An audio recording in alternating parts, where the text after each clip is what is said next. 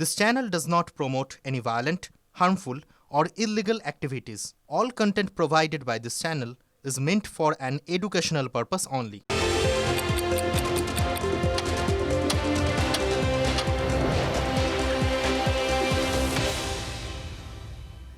নমস্কার, শুরু করছি পাঁচ কথা। টিভি9 বাংলায় লিমা রয়েছে আপনাদের সঙ্গে। নজর এই মুহূর্তের গুরুত্বপূর্ণ খবরে।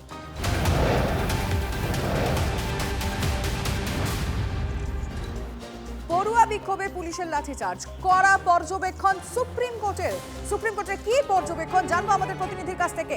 জ্যোতির্ময় কর্মকার রয়েছেন। জ্যোতির্ময়, দেখো, সুপ্রিম কোর্ট স্পষ্টভাবে জানিয়ে দিয়েছে যে যারা বাড়াবাড়ি করেছে, যারা নিরপরাধ ছাত্রছাত্রীদের ওপরে অত্যাচার চালিয়েছে তাদের বিরুদ্ধে ব্যবস্থা গ্রহণ করা হবে। এবং এক্ষেত্রে যেটা গুরুত্বপূর্ণ, শুধুমাত্র নিরপরাধ ছাত্রছাত্রীদের ওপর পুলিশের লাঠিচার্জ নয়, পুলিশের ওপরে যারা আক্রমণ করেছে, যারা সরকারি সম্পত্তি ভাঙচুর করেছে, গাড়ি ভাঙচুর করেছে, এদের মধ্যে যারা দাগি আসামি, যাদের ক্রিমিনাল অ্যান্টিসিডেন্টস আছে, তাদের ছাড়া হবে না, এটাও সুপ্রিম কোর্ট স্পষ্টভাবে জানিয়ে দিয়েছে। এর প্রেক্ষিতে পশ্চিমবঙ্গ সহ মোট 7টি রাজ্যকে আজ নোটিশ ইস্যু করেছে সুপ্রিম কোর্ট। এর মধ্যে কেন্দ্রীয় সরকারকে আলাদাভাবে নোটিশ ইস্যু করা হয়েছে। এই প্রত্যেকটি জায়গা থেকে হলফনামা আকারে যখন জবাব আসবে তা খতিয়ে দেখে সুপ্রিম কোর্ট সিদ্ধান্ত গ্রহণ করবে যে নিরপেক্ষ তদন্তের জন্য একটি সিট গঠন করা হবে কিনা। এবং এক্ষেত্রে সুপ্রিম কোর্ট যে কাউকে রেয়াত করবে না তা সম্পূর্ণভাবে স্পষ্ট করে দেওয়া হয়েছে। তবে ছাত্রছাত্রীদের বিরুদ্ধে যে কোনো ব্যবস্থা নয় এবং তার পাশাপাশি যারা প্রাপ্তবয়স্ক নয় এমন যদি কাউকে গ্রেপ্তার করা বা আটক করা হয়ে থাকে তাকে অবিলম্বে মুক্তি দিতে বলেছে সুপ্রিম কোর্ট। ধন্যবাদ জ্যোতির্ময়।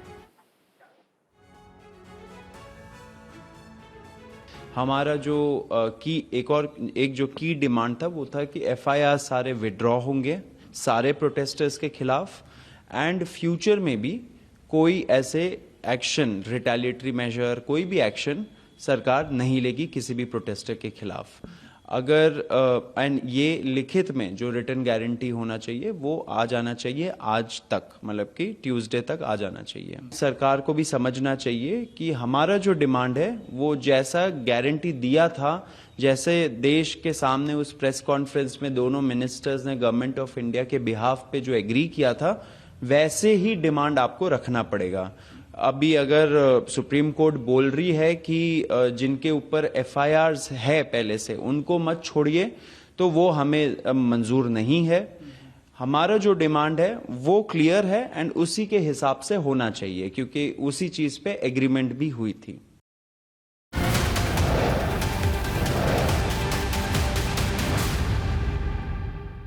সরাসরি নজর রাখবো লোকসভায় বক্তব্য রাখছেন প্রিয়াঙ্কা গান্ধী বড়া। फीस, कोचिंग फीस आदि के घिनौने दबाव हैं, लोन लेने पड़ते हैं, सामान बेचना पड़ता है और उसके बावजूद कोई गारंटी नहीं कि उनके बच्चों के भविष्य मजबूत बन पाएंगे, क्योंकि बेरोजगारी चरम पे है। इस सरकार ने रोजगार पैदा करने वाले सभी सेक्टर्स को लगातार कमजोर किया। एग्जामिनेशन सिस्टम खुद फेल हो गया है। पिछले दशक में 152 पेपर लीक हुए, 750 करोड़ छात्र प्रभावित हुए, मगर एक भी दोषी, एक भी माफिया को सजा नहीं।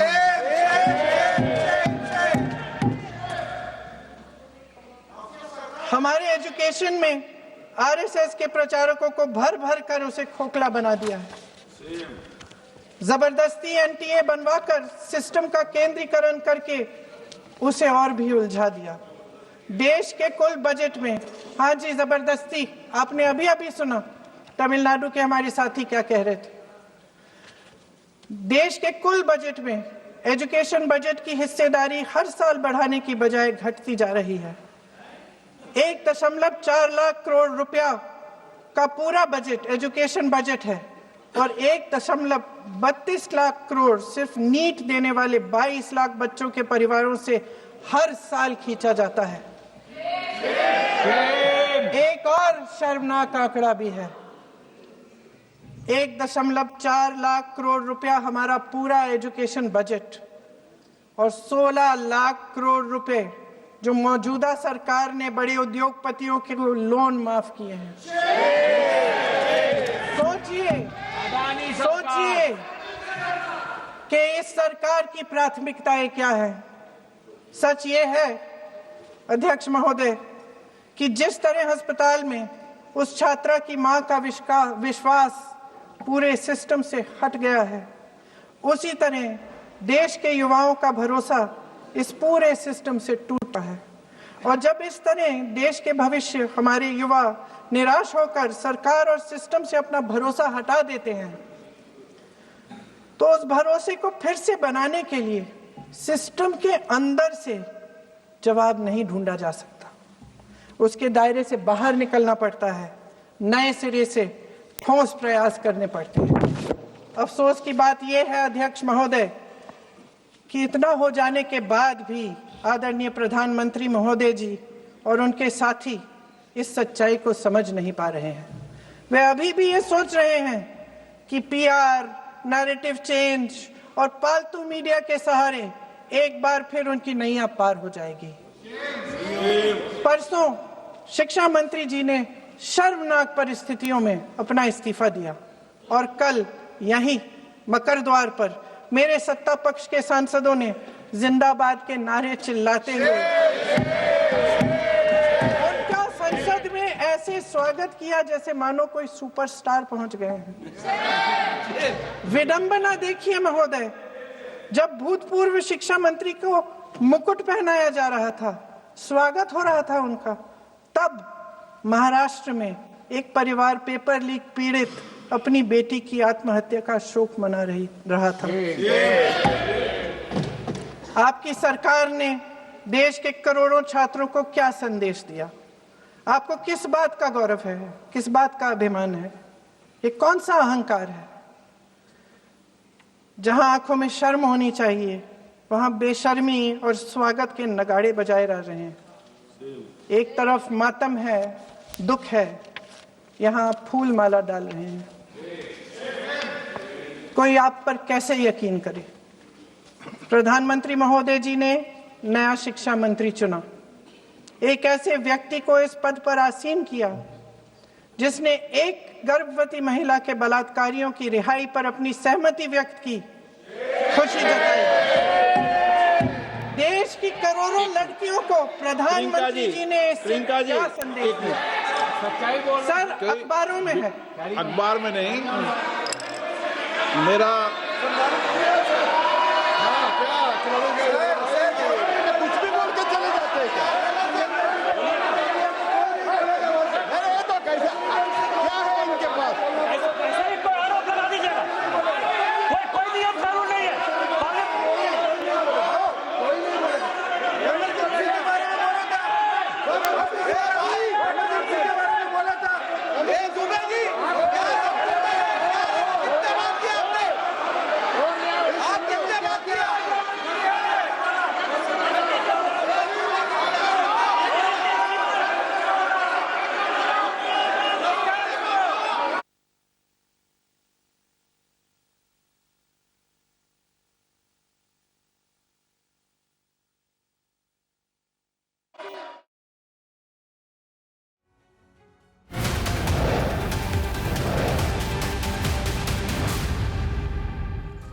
দিল্লিতে ছাত্র আন্দোলনে পুলিশের লাঠিচার্জ, কাঁদানে গ্যাস ছোড়াকে জরুরি অবস্থার সঙ্গে তুলনা করলেন অখিলেশ যাদব। জরুরি অবস্থার পর পালাবদল হয়েছিল, এবারও পালাবদল হবে। সরকারের উদ্দেশ্য পরিষ্কার হলে পরীক্ষাও দুর্নীতিমুক্ত হবে। লোকসভায় দাবি সমাজবাদী পার্টির প্রধান অখিলেশ যাদবের। मैं इमरजेंसी को तो नहीं देखा हूं, लेकिन इमरजेंसी में क्या क्या हुआ है वो अभी दिल्ली की राजधानी में भी देखने को मिल गया है।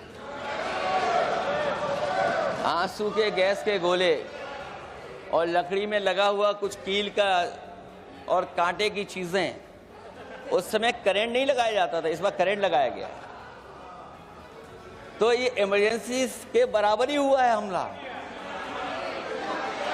कम नहीं है। इमरजेंसी से कम अन्याय नहीं कर रहे हैं आप लोग। और याद करिए अध्यक्ष महोदय, अगर इमरजेंसी इन्हें याद आ गई है, अगर इमरजेंसी अध्यक्ष महोदय इन्हें याद आ गई है तो इमरजेंसी के बाद भी परिवर्तन हुआ था और हमें भरोसा है कि इसके बाद भी परिवर्तन होगा। कानून से नहीं, नीयत साफ होगी तब नीट का परीक्षा साफ होगी। सवाल कानून का नहीं है, आपकी नीयत साफ नहीं है। और जिस समय आपकी नीयत साफ होगी तो परीक्षा भी साफ हो जाएगी।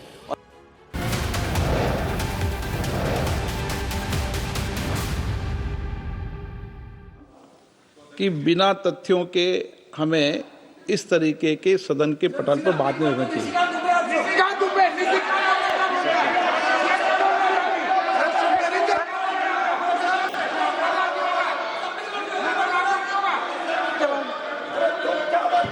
ये तो डिलीट कर दिया, लेकिन आगे भी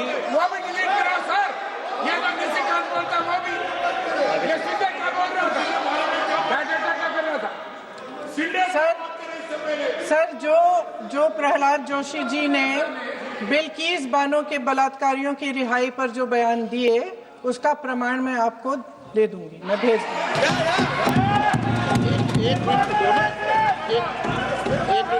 मैं ऑथेंटिकेट कर लूंगा। स्पीकर का डायरेक्शन 115, उनको पहले ऑथेंटिकेट करने के लिए सर, ऑथेंटिकेट करेंगे उसके बाद वो आगे बढ़ेंगे, ऐसा नहीं होगा। पहले ऑथेंटिकेट करने दो सर, उनको ऑथेंटिकेट करने के लिए कहिए, ऑथेंटिकेट करने कहिए उनको।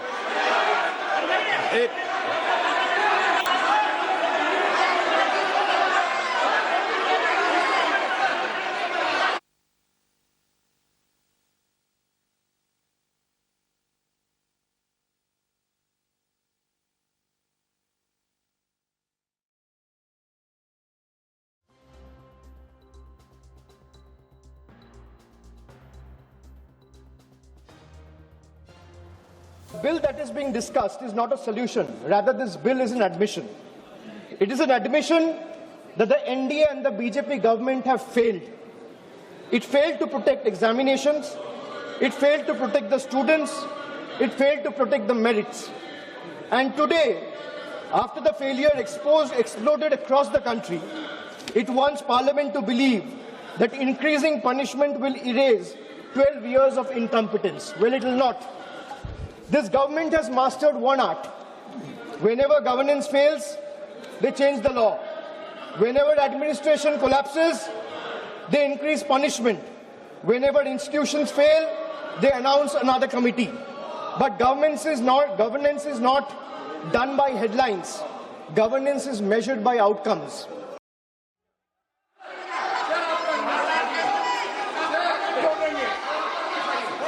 House, ma'am. The same house. Honorable Shrikant Dubey told, still that is in the record about Indira Gandhi ji. Still that is in the record. Still that is in the record. Sir, you are not removed, sir. बोलो, आप भी बोल लो। Sir, केसी वेणुगोपाल जी ने जो नाम लिया है और मैं नेहरू जी के बारे में जो बात कहा है मैंने सर, मैं उस पर कायम हूं और मैं किताब जो है ऑथेंटिकेट करने के लिए तैयार हूं।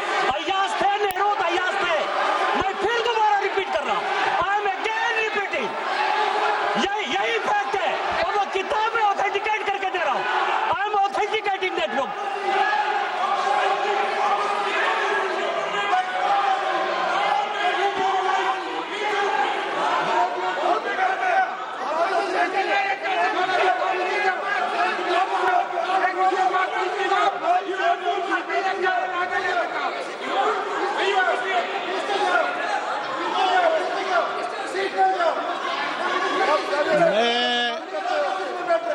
मैं जब आसन पर होता हूं, जो मैं व्यवस्था देता हूं, चाहे सत्ता पक्ष हो या प्रतिपक्ष हो, मैं समान व्यवस्था देता हूं।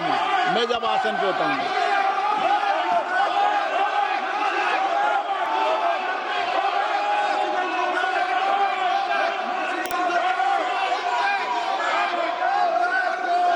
प्लीज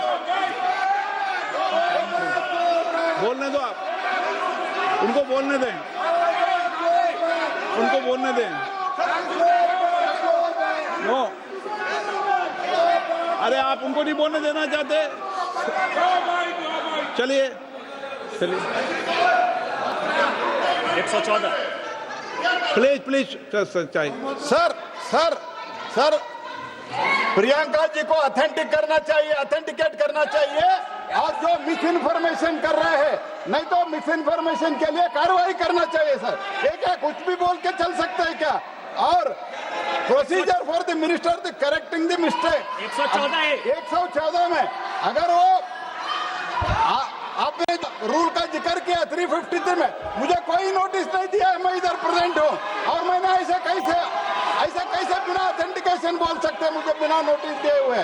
इसलिए मैं इसको खंडन करता हूँ और उसको एक्सपेल करना चाहिए और उनको माफी मांगना चाहिए।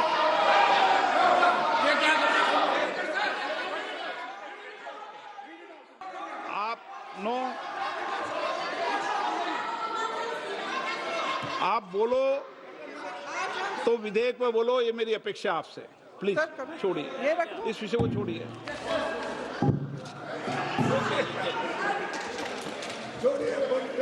आज हम सदन पटल पर एक ऐसे विधेयक में संशोधन पर डिबेट कर रहे हैं जो 2024 में पारित हो चुका था और इसमें मुख्य संशोधन यही है कि पेपर लीक के अन्य अपराधों के लिए सजा बढ़ाई जाएगी। मगर जब से ये विधेयक पारित हुआ तब से अब तक इस सरकार ने एक भी अपराधी को सजा नहीं दी। आपने देखा है कि कल और परसों से फेस रिकॉग्निशन द्वारा प्रदर्शन करने वाले बच्चों के नाम और पते सार्वजनिक किए जा रहे हैं, मगर यही काम पेपर लीक करने वाले अपराधियों के लिए अभी तक नहीं किया गया। ना इस विधेयक में पेपर लीक रोकने के कोई ठोस कदम है। इससे देश के युवाओं का भरोसा कैसे बनेगा? अध्यक्ष महोदय, आदरणीय प्रधानमंत्री महोदय जी को आपके माध्यम से मैं कहना चाहती हूं कि शायद उन्हें अपने सलाहकार बदलने चाहिए। वे असलियत से एकदम टूट चुके हैं। মুখ্যমন্ত্রীর খাস তালুক নন্দীগ্রামে তৃণমূলের হাতছাড়া আরও একটি পঞ্চায়েত। কেন্দাবাড়ি পঞ্চায়েতে পালাবদল, তৃণমূল থেকে এলো নির্দলের দখলে। এবার 22 আসনের পঞ্চায়েতে তৃণমূলের আসন ছিল 13, নির্দল ছিল 9। তৃণমূল ক্ষমতা হারাতেই পাশা উল্টালো কেন্দাবাড়িতে। ভোটাভুটিতে পঞ্চায়েতে নির্দলই হল সংখ্যাগুরু। পঞ্চায়েতের প্রধান উপপ্রধান হলেন নির্দল সদস্য। নির্দলদের দখলে পঞ্চায়েত, উড়ল গেরুয়া আবির।